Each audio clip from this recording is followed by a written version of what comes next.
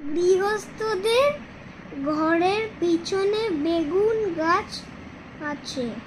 সেই বেগুন গাছের পাতা ঠোঁট দিয়ে সেলাই করে টুনটুনি পাখিটি তার বাসা বেঁধেছে। বাসার ভিতরে 3টি ছোট্ট ছোট্ট ছানা হয়েছে, খুব ছোট্ট ছানা। তারা উঠতে পারে না, চোখও মেলতে পারে না, খালি হাঁ করে চি করে। গৃহস্থদের বিড়ালটি ভারী দুষ্টু। সে খালি ভাবে টুনটুনির ছানা খাবো। একদিন সে বেগুন গাছের তলায় এসে বলল, কি করছিস না টুনটুনি?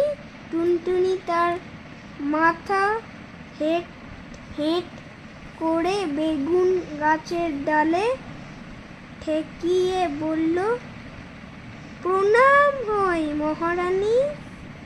তাতে বিড়ালটি ভারী খুশি হয়ে চলে যায়। এমনি রোজ টুনটুনি তাকে প্রণাম করে আর মহারানী বলে, আর সে খুশি হয়ে চলে যায়। এখন টুনটুনির ছানাগুলো বড় হয়েছে, তাদের সুন্দর পাখা হয়েছে। তারা আর চোখ বুজে থাকে না।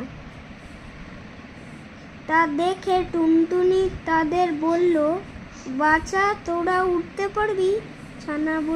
ছানারা বলল, হ্যাঁ মা, পারবো। টুনটুনি বলল, তবে দেখি তো। ওই তাল গাছটার ডালে নিয়ে গিয়ে বসতো।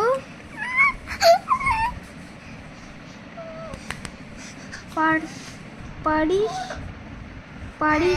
কি না?